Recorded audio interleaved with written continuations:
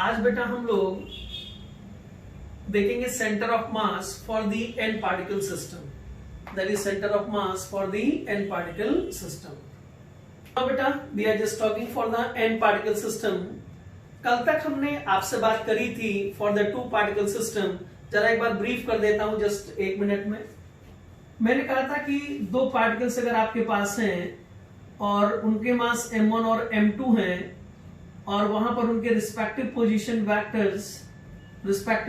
Vectors r1 and r2 हैं, तो position vector of centre of mass will be equals to m1 r1 plus m2 r2 divided by m1 plus m2।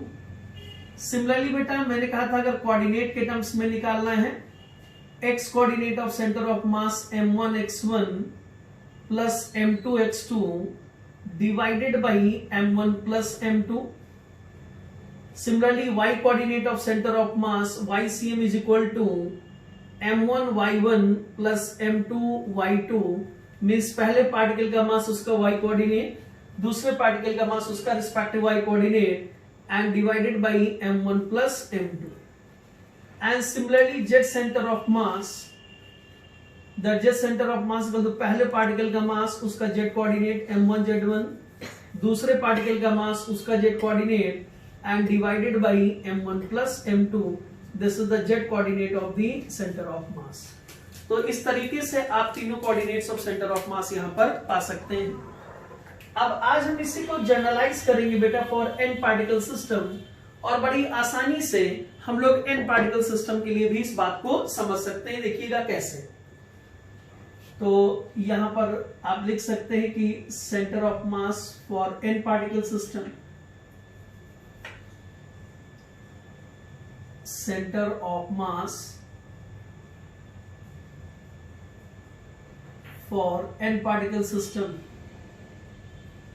n particle system। n particle system के बाद फिर हम लोग continuous bodies की बात करेंगे।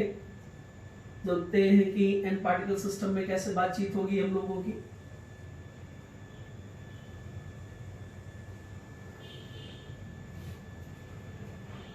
मैंने कहा बेटा मान लीजिए कोई भी सिस्टम है वो n नंबर ऑफ पार्टिकल्स से मिलकर बना हुआ है। There are the n number of particles. ये बेटा x एक्सिस है, ये y एक्सिस है और ये आपकी z axis, x axis y axis and the z axis है। और यहां पर n नंबर ऑफ पार्टिकल्स आपके हैं। ये मान लीजिए पहला पार्टिकल है, इसका मास m1 है and the position vector of this particle is r1। इस पार्टिकल का जो पोजीशन वेक्टर है बेटा वो r1 है। ये दूसरा पार्टिकल है बेटा, इसका मास m2 है and the position vector of this particle is r2। this particle is r2। ये तीसरा पार्टिकल है बेटा, इसका मास m3 है, the position vector of this particle is r3। similarly ये nth पार्टिकल है, this is the nth particle, mass mn है and the position vector of this particle is rn। तो आपके पास n पार्टिकल सिस्टम है और ये इनके रिस्पेक्टिव पोजीशन वेक्टर्स हैं। मैंने कहा मान लेते हैं कि यहां पर इस पॉइंट पर सेंटर ऑफ मास है, इस पार्टिकल सिस्टम का सेंटर ऑफ मास है। तो बेटा सेंटर ऑफ मास का मतलब यहां पर क्या हुआ कि ये जितना भी मास है यहां पर वो इस पॉइंट पर एज्यूम किया गया है। It is assume to be concentrated at this red point, जहां पर मैं कह रहा हूं कि सेंटर ऑफ मास है। कहने का मतलब क्या मैं ये कह सकता हूं कि यहां पर जो मास प्लेस है that is capital M, it's is equal to summation m r naught. कह सकते हैं या नहीं कह सकते बेटा? भाई हम लोग तो यही कहते हैं ना कि सेंटर ऑफ मास वो पॉइंट है where whole of the mass of the body is assumed to be concentrated. कहने का मतलब इस पॉइंट पर अगर आप सेंटर ऑफ मास मानते हैं, इसका मतलब यहां पर इस पूरे सिस्टम ऑफ पार्टिकल का मास रखा हुआ है और पूरे सिस्टम ऑफ पार्टिकल का मास निकालें तो क्या निकलेगा? समेशन m, इसको हमने कैपिटल M कह दिया, is equal to summation m। और मैंने कहा इसका जो कोऑर्डिनेट है, let this coordinate of center of mass is RCM। coordinates of center of mass is RCM। अब देखिए कैसे निकाले हम लोग RCM, वो देखते हैं। कोऑर्डिनेट इज RCM यहां पर आप ये कहेंगे कि position of centre of mass for the n particle system is vector RCM is equals to M1 R1, generalise कर दीजिए उससे फॉर्मूले को, M2 R2 plus M3 R3 plus up to dot dot dot plus MN RN plus MN RN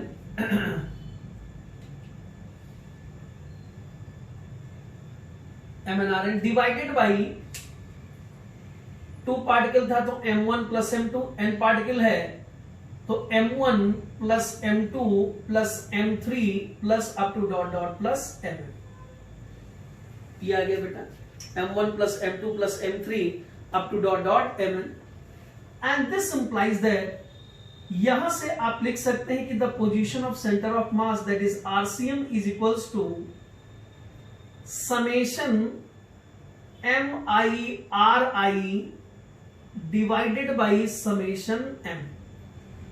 3 particle system है तो M1 R1 plus M2 R2 plus M3 R3 divided by M1 plus M2 plus M3। 4 particle system है M1 R1 plus M2 R2 plus M3 R3 plus M4 R4 divided by M1 plus M2 plus M3 plus M4। इसको चाहे तो आप capital M भी लिख सकते हैं as you wish. तो ये आ गया RCM is equal to summation MI RI summation M where I is equal to 1 to n। Similarly अगर मुझे coordinate x coordinate of centre of mass लिखना होता तो मैं कहता पहले पार्टिकल का मास मल्टीप्लाइड बाई जहां पर वो रखा उस पोजीशन का x कोऑर्डिनेट, दूसरे पार्टिकल का मास उसका x कोऑर्डिनेट ऑफ पोजीशन, तीसरे पार्टिकल का मास उसका x coordinate of position plus up to dot dot nth particle उसका x कोऑर्डिनेट का position divided by M1 plus M2 plus M3 plus up to dot dot plus MN, and this implies that x coordinate of center of mass will be equals to summation MI xi. This implies that x coordinate of center of mass is equal to summation MI xi divided by summation M. This is the x coordinate of center of mass. ये आपका x coordinate है center of mass का। Similarly अगर मुझे y coordinate of centre of mass अगर निकालना हो तो देखो बेटा अब मैं डायरेक्ट लिखने जा रहा हूं, आई थिंक कोई दिक्कत नहीं होगी। अगर y कोऑर्डिनेट निकालेंगे तो M1 Y1 plus M2 Y2 plus M3 Y3 MN YN divided by M1 plus M2 plus M3 to to dot डॉट MN मींस मैं क्या लिख सकता हूं summation MI YI divided by summation M। Any doubt, किसी को कोई दिक्कत है ये लिखने में? नो सर, ठीक है ना। एंड सिमिलरली अगर हम z coordinate of centre of mass लिखें तो z coordinate of centre of mass is equal to summation MI ZI divided by summation M।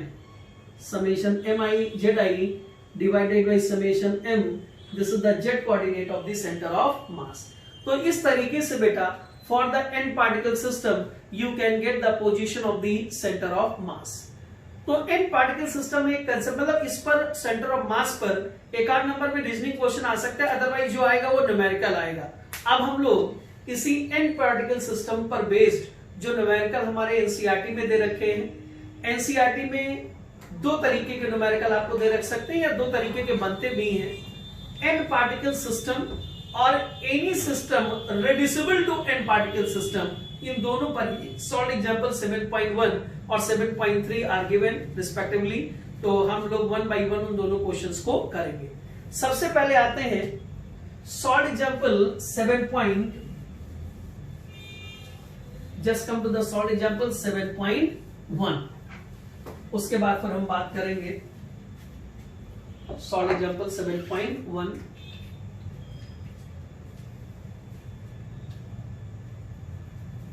बढ़िया क्वेश्चन है, आईएससी वालों बच्चों में भी ये सॉल्व एग्जांपल है तो उनको भी दिक्कत नहीं आएगी।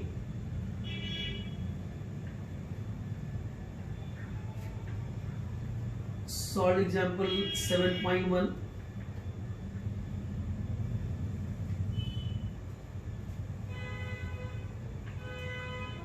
सॉल्व एग्जांपल 7.1 में कहता बेटा कि there is a triangle whose side length is 0.5 metre and on the three vertices of triangle the mass of 100 gram, 150 gram and 200 gram are placed. What is the position of the center of mass? आपको बताना है कि उनके लिए centre of मास की position कहां पर होगी। तो जो वो कहते हैं पहले हम बना देते हैं। उसने कहा इक्विलैटरल ट्रायंगल है, तो हमने एक इक्विलैटरल ट्रायंगल यहां पर बना दिया। This is the equilateral triangle. ये इक्विलैटरल ट्रायंगल हमने यहां पर बना दिया। This is the equilateral triangle. आपसे कहता है इसकी साइड लेंथ जो है वो 0.5 मीटर है। The side length 0.5 metre. आपसे कहता है एक वर्टेक्स पर 100 ग्राम है, तो मैंने कहा मान लेते हैं कि इस वर्टेक्स पर पार्टिकल प्लेस है 100 ग्राम का, इसे m1 कह दिया and this m1 will be equals to 100 gram. ये दूसरा पार्टिकल है बेटा, इसका मास मैंने m2 कह दिया, इट इज ऑफ 150 ग्राम। और ये तीसरा पार्टिकल है, इसको मैंने m3 कह दिया and that will be equals to 200 gram. m3 is equals to 200 gram आपको दे रखा है and the side length is 0.5 metre.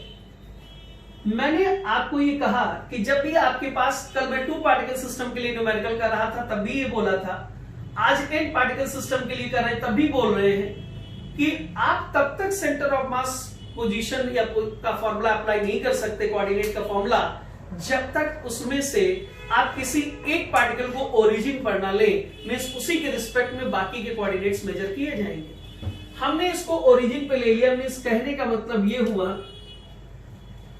कि मैंने ये माना कि ये जो पहला वर्टेक्स है जो मैं ओरिजिन पे ले रहा हूं, ये इसको मैंने ओरिजिन पर मान लिया और यहां पर जो पार्टिकल है उसका मास m1 है। अगर मैंने इसको xy प्लेन में माना है तो ये x एक्सिस हो गई और ये आपकी y एक्सिस हो गई। मींस ये प्लेनर है, यहां z कोऑर्डिनेट आएंगे ही नहीं, आपके सिर्फ x coordinate of centre of मास और y coordinate of centre of मास मिलेंगे। आपसे कहा गया कि साइड की लेंथ जो है वो, सॉरी साइड लेंथ जो है यहां पर वो ये इक्विलैटरल ट्रायंगल है और साइड लेंथ 0.5 मीटर है। अगर बेटा साइड लेंथ 0.5 मीटर है तो ये बताओ इस पॉइंट का कोऑर्डिनेट तो इसमें कोई दिक्कत नहीं, 0,0 हो गया ना ये? अरे हो गया नहीं हो गया? अरे हो गया भाई। इस पॉइंट का कोऑर्डिनेट साइड लेंथ 0.5 है, 0.5,0। अब जरा देखना ये जो तीसरा वर्टेक्स है इसका कोऑर्डिनेट क्या होगा, जहां पर m3 है। आप देख सकते हैं ये x है और ये y है। x को अगर देखा जाए तो 0.25 है, ये बेटा 0.25 है। और अगर मैं y की बात करूं तो इट इज 0.25√3। इट इज 0.25√3, क्योंकि आप देख सकते हैं कि ये मीडियन की लेंथ है, y एक्सिस जो है ये मीडियन की लेंथ है और मीडियन की लेंथ होती √3/2 times of side length of a। तो √3/2 a कितना है, 0.5 है, कैंसिल करोगे 0.25, तो ये y कोऑर्डिनेट 0.25√3 है। ये बताइए बेटा आपको कोऑर्डिनेट्स में तो कोई दिक्कत नहीं है? यहां पर ये बातें समझ में आ गई है कोऑर्डिनेट्स की? ये कैसे कोऑर्डिनेट्स आए ये समझ में आ गया या नहीं? सर हमारे टॉप पॉइंट में x का कोऑर्डिनेट 0.25। भाई ये परपेंडिकुलर भाई यहां से यहां तक ये x है, ये y है, तो ये x कितना हुआ, 0.25 हुआ या नहीं हुआ? अब आप देखिएगा बेटा यहां पर इस कोऑर्डिनेट को मैंने कहा ये 0,0 है, इसको मैंने कह दिया, मान लेते हैं ये x1, y1 है। यहां पर ये जो है बेटा वो x2, y2 है और यहां पर ये जो कोऑर्डिनेट आपको दे रखा है ये बेटा x3, y3 आपको दे रखा है। This is the x3, y3। ये रिस्पेक्टिव कोऑर्डिनेट्स आपने यहां बता दिए कि ये जो कोऑर्डिनेट्स हैं ये x1, y1 है जो 0,0 आपको दे रखा है, x2, y2 और x3, y3। अब देखो इतनी एनालिसिस बैठाने के बाद पहला कॉमन पॉइंट ये है कि ये बात दिमाग पर रखनी चाहिए कि एक पार्टिकल ओरिजिन पर आना चाहिए, क्योंकि उसी के रिस्पेक्ट में आप उसको मेजर कर पाएंगे। मींस कोई रेफरेंस तो मिले, जरूरी नहीं कि वो ओरिजिन हो, लेकिन हमें कोई रेफरेंस पॉइंट मिलना चाहिए जिसके रिस्पेक्ट में हम कोऑर्डिनेट्स को एलोकेट कर सके। ये आपका m1 x1 y1, ये m2 x2 y2, m3 x3 y3। Formula apply करेंगे position of centre of mass का, तो ये बताओ अगर मैं x coordinate of centre of mass निकालूं तो this will be equal to m1x1 3 particle system है plus m2x2 plus m3x3 divided by m1 plus m2 plus m3 m1 plus m2 plus m3. This implies that x coordinate of center of mass equals to m1 कितना बेटा 100 है, m1 100 है तो 100 into 0 plus m2 कितना है 150 है, that is 150 into 0.5 plus m3 कितना है 200 है, that is 200 into 0.25 divided by m1 plus m2 plus m3. 100 plus 150 250 and 250 plus 200 that is 450. This will be 450. This implies that x center of mass will be equals to 75 plus 50, that is it becomes 125.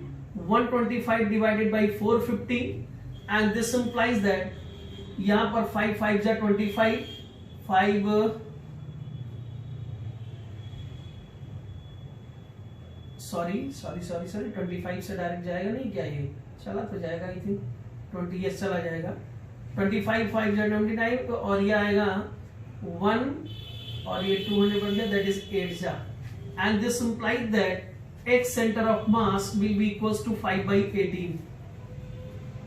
Metre है तो metre, centimetre है तो centimetre, ये 5/18 आ गया. Similarly y coordinate of centre of mass अगर निकालूं मैं तो आप ये कहेंगे m1y1 plus m2y2 plus m3y3 divided by m1 plus m2 plus m3. m1 plus m2 plus m3. This implies that y coordinate of centre of mass is equal to m1 100 है, that is 100 into 0 plus m2 कितना है बेटा 150 और y1 कितना है, y1 will be 0. m3 कितना है बेटा 200 into 0.25 root 3 that is y3 divided by m1 plus m2 plus m3 that is 450. This implies that बेटा y coordinate of centre of mass is equal to y coordinate of centre of, ये 0 हो गया, ये 0 हो गया, 200 into 0.25 50 हो गया बेटा, that is 50 root 3 divided by 450. ये 0 कैंसिल हुआ, 5 9 जा 45 और 9 को आप लिख सकते थे यहां पर 3 इंटू 3. चलो जो 1 मिनट, इसको कैंसिल करोगे ये 3 रूट 3 आ जाएगा. This implies that y centre of mass will be equals to 1/3 root 3. ये बच्चा हमारा y सेंटर ऑफ मास आ गया 1/3 रूट 3. 1/3 रूट 3. और यहां से अगर हम देखें तो हमारा position of centre of mass locate हो गया बेटा, और जो position of centre of mass locate होके आया है, centre of mass will be equals to 5/18 1,3 रूट 3. मीटर है तो मीटर, सेंटीमीटर है तो सेंटीमीटर, जो भी यूनिट्स वहां पर गिवन पोजीशन की. तो ये बात रही आपके कोऑर्डिनेट मतलब इसकी. क्लियर है. Solve example 7.1. चलिए बेटा अब मैं एक एग्जांपल आप लोगों को देता हूं, देखते हैं कितने बच्चे मुझे आंसर करते. 2 मिनट का टाइम दूंगा भाई, बस उस 2 मिनट्स में मुझे आंसर चाहिए. और यहां पर बेटा एक स्क्वायर है, दे स्क्वायर, और इस स्क्वायर के पहले वर्टेक्स पर मास m रखा हुआ है, दूसरे वर्टेक्स पर मास 2m रखा हुआ है, तीसरे वर्टेक्स पर 3m रखा हुआ है और चौथे वर्टेक्स पर 4m रखा हुआ है. साइड लेंथ ऑफ जो स्क्वायर है वो a है. आपको ये बताना है कि where will be the position of centre of mass, what are the coordinates of centre of mass, कि यहां पर सेंटर ऑफ मास कहां पर लाई करेगा इस 4 पार्टिकल सिस्टम का. एक स्क्वायर के एक कॉर्नर पर m रखा हुआ है, दूसरे कॉर्नर में इस दूसरे वर्टेक्स पर 2m है, तीसरे पर 3m है और चौथे पर 4m है. Means at 4 vertices of any square, at first m, at second 2m, at third 3m, and at the fourth 4m, you have to find out the position of center of mass. I am just giving the 2 minutes time. I hope कि my 100% children will get the answer of this question. तो देखिए बच्चा, जिन लोगों ने बात को समझ लिया वो धड़ाक से कर देंगे और आई होप कि सभी कर देंगे। मैं थोड़ा सा, चूंकि टाइम लिमिट भी देखनी है, आज खत्म करना है इस टॉपिक को, भी क्वेश्चन और कराने हैं इसमें। पहला स्टेप मैंने क्या बताया कि when there is the n particle system is given, तो फर्स्ट ऑफ ऑल आप क्या कर लें,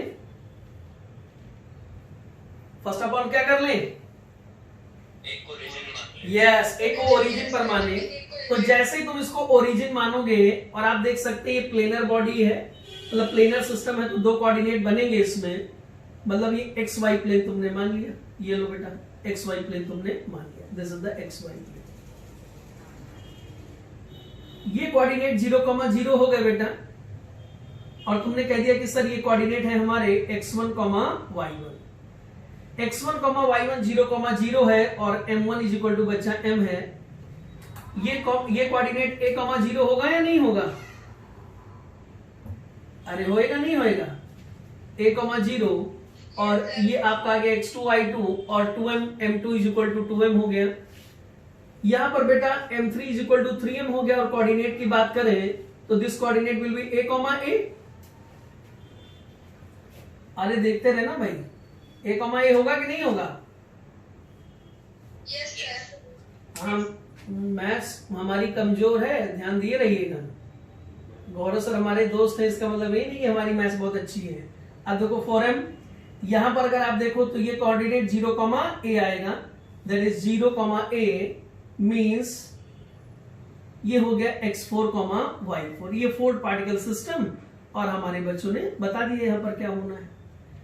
अगर x coordinate of centre of मास निकालना है तो आपने कहा, मैं डायरेक्ट मतलब चलो लिख ही लो, अच्छा m1 x1 plus m2 x2 plus m3 x3 plus m4 x4 divided by m1 plus m2 plus m3 plus m4, m1 plus m2 plus m3 plus m4। एक बात का ध्यान रखना, एग्जाम में बहुत जल्दबाजी करने की कोशिश मत करना। अगर सब्जेक्टिव पेन पेपर टेस्ट है, पेन पेपर एग्जाम है, तो you must in the flow to write the formula first then put the value. पता लगे फॉर्मूला नहीं लिखा, डायरेक्ट वैल्यू पुट करके निकाल दिया, उसने नंबर भी गायब कर दिए, तो इतनी जल्दबाजी मत करिएगा। हाँ, ऑब्जेक्टिव करने चाहे जैसे कर लीजिए, आपकी इच्छा। m1 x1, m1 आपका m है, that is m into 0, m2 आपका 2m है, 2m इंटू a, m3 आपका 3m है, 3m इंटू a, x4 आपका 4m है, 4m into 0, 4m into 0 divided by m1 plus m2 plus m3, m plus 2m 3m, 3 3 6 6 plus 10m, तो ये आपका आ गया 10m। This implies that x centre of mass is equals to, ये आपका 3 plus 2 5, that is 5ma divided by 10m। यहां से बेटा m और m कैंसिल है, 5 2 जा 10 है। This implies that x centre of mass will be equals to a by 2, ये x सेंटर ऑफ मास आ गया। सिमिलरली बच्चा y सेंटर ऑफ मास जब हमें निकालना था तो y centre of mass is equals to m1 y1 plus m2 y2 plus m3 y3 plus up to m4 y4 divided by m1 plus m2 plus m3 plus m4। Once you know the number of particles, ये नहीं dot dot and कर रहे हैं।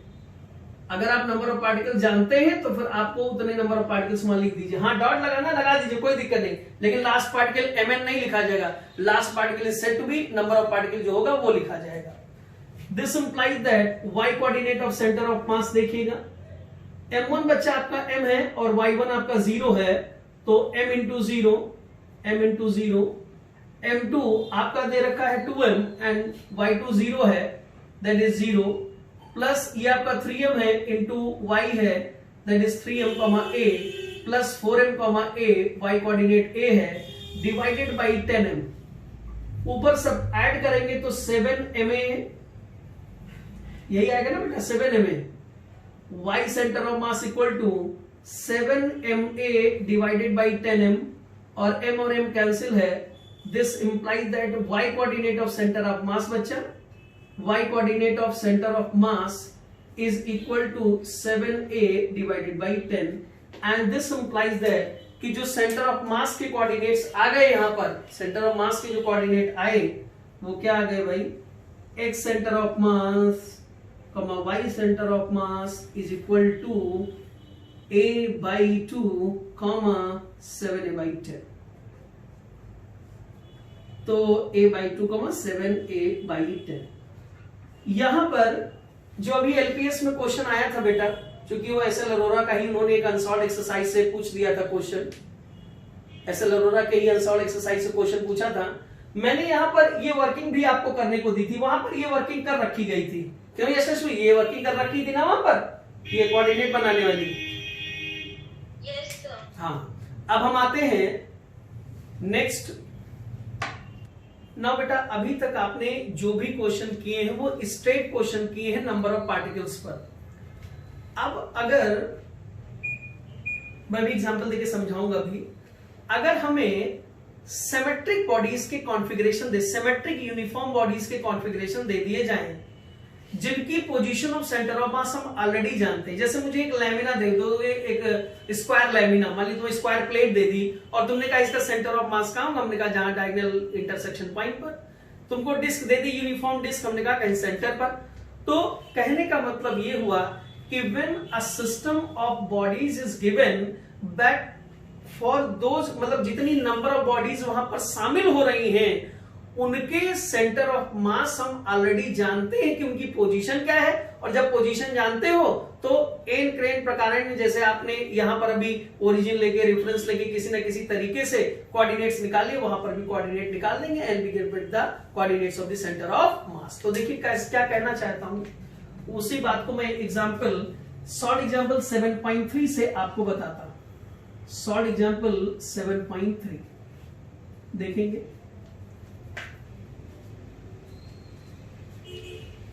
Solve example 7.3।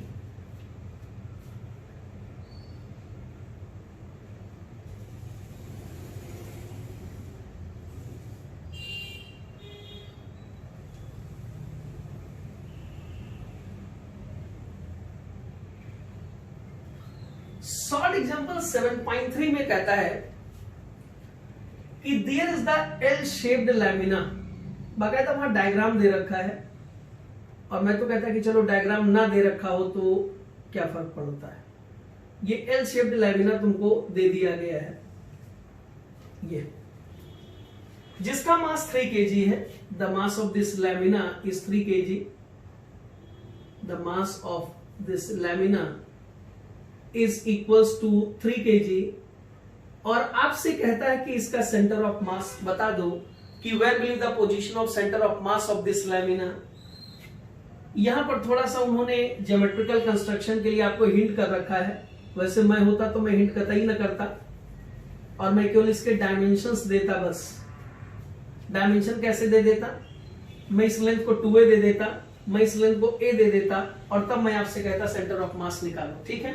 खैर उन्होंने क्या किया है कि इस कोऑर्डिनेट को इन्होंने कहा है कि ये 2a, 0 है, और इस कोऑर्डिनेट को इन्होंने बोला है कि ये 0, 2a, इट इज 0, 2a।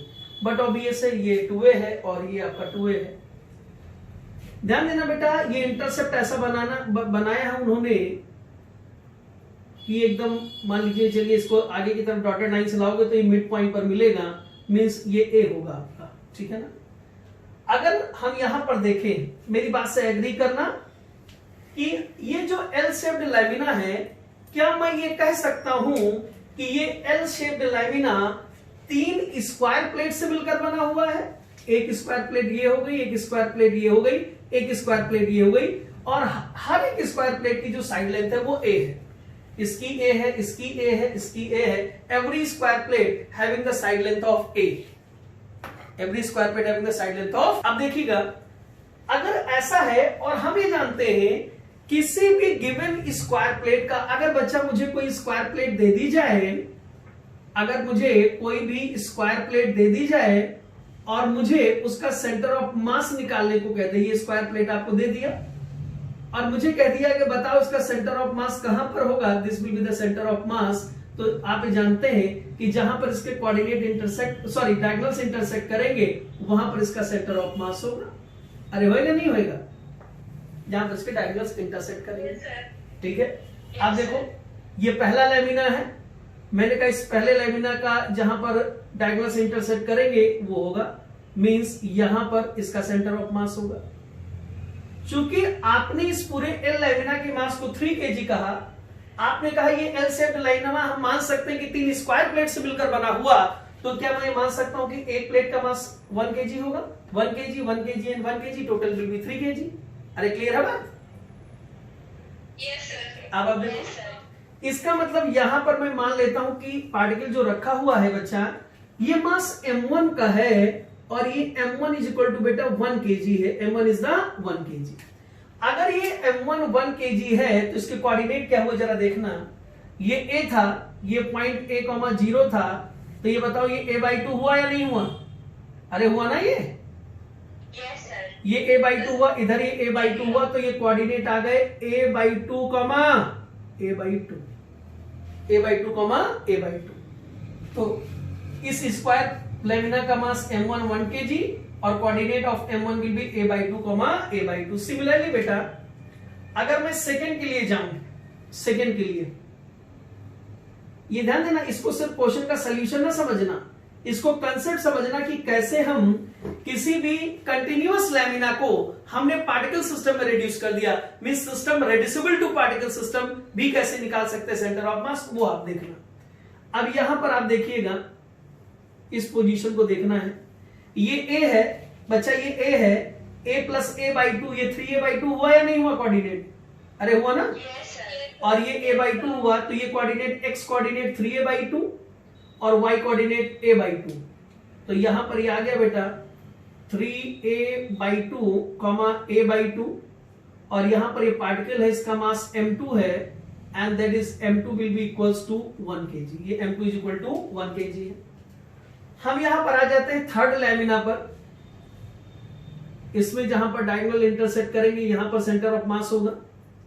यहां पर पार्टिकल है और इस पार्टिकल का मास m3 है, और this m3 will be equals to 1 kg है, 1 kg। और इसके कोऑर्डिनेट्स अगर हम यहां पर निकालें तो आप देख सकते हैं x कोऑर्डिनेट a/2 है यहां से यहां तक, और y coordinate a plus a/2 that is 3/2, means ये कोऑर्डिनेट आ गया a/2, 3/2, x कोऑर्डिनेट a/2, 3/2। तो यहां पर आप देख सकते हैं कि इस स्क्वायर लैमिना को क्या बेटा हम लोगों ने 3 पार्टिकल सिस्टम में रिड्यूस कर दिया? अरे कर दिया नहीं कर दिया? This will be reduce into 3 particle system. अब अगर हमने इसको 3 पार्टिकल सिस्टम में रिड्यूस कर दिया तो जरा देखिएगा, यहां पर x centre of mass is equals to m1 x1 plus m2 x2 plus m3 x3 divided by m1 plus m2 plus m3 divided by m1 plus m2 plus m3. This implies that x center of mass is equals to m1 आपका 1 kg है, x1 आपका a/2 है, m2 आपका 1 kg है, x1 3a/2 है, m3 1 kg है, x3 a/2 है, divided by m1 plus m2 plus m3, that is 3 kg, that is divided by 3. This implies that x center of mass is equal to, ऊपर आ गया बेटा 5a/2 divided by 3. This implies that x center of mass is equal to 5a/6. x center of mass is equal to 5a/6. Metre है तो metre, centimetre है तो centimetre. Similarly बेटा अगर हम y सेंटर ऑफ मास निकालें तो y centre of mass is equals to m1 y1 plus m2 y2 plus m3 y3 divided by m1 plus m2 plus m3, m1 plus m2 plus m3. This implies that y centre of mass is equals to, अगर हम m1 कहें तो 1 kg है, that is 1 into a/2, m2 will be 1 kg, 1 into a/2 plus m3 1 into 3a/2 and divided by m1 plus m2 plus m3, that is 3. This implies that y center of mass is equals to 5a/2 divided by 3, and this implies that y center of mass is equal to 5a/6. यही लिख देते हैं। y center of mass 5a by 2, 5a by 2 upon 3, and this implies that y center of mass is equal to 5a by 6 metre. और यहां पर अगर हम centre of मास की पोजीशन निकालें, सेंटर ऑफ मास, तो this implies that centre of मास के जो कोऑर्डिनेट आएंगे that is x centre of mass comma y centre of मास, वो आएंगे 5a by 6 comma 5a by 6 metre. तो ये बात रही आपके सॉल्व एग्जांपल 7.3 की। तो यहां पर मैंने आज खत्म किया है particle system and reducible to particle system.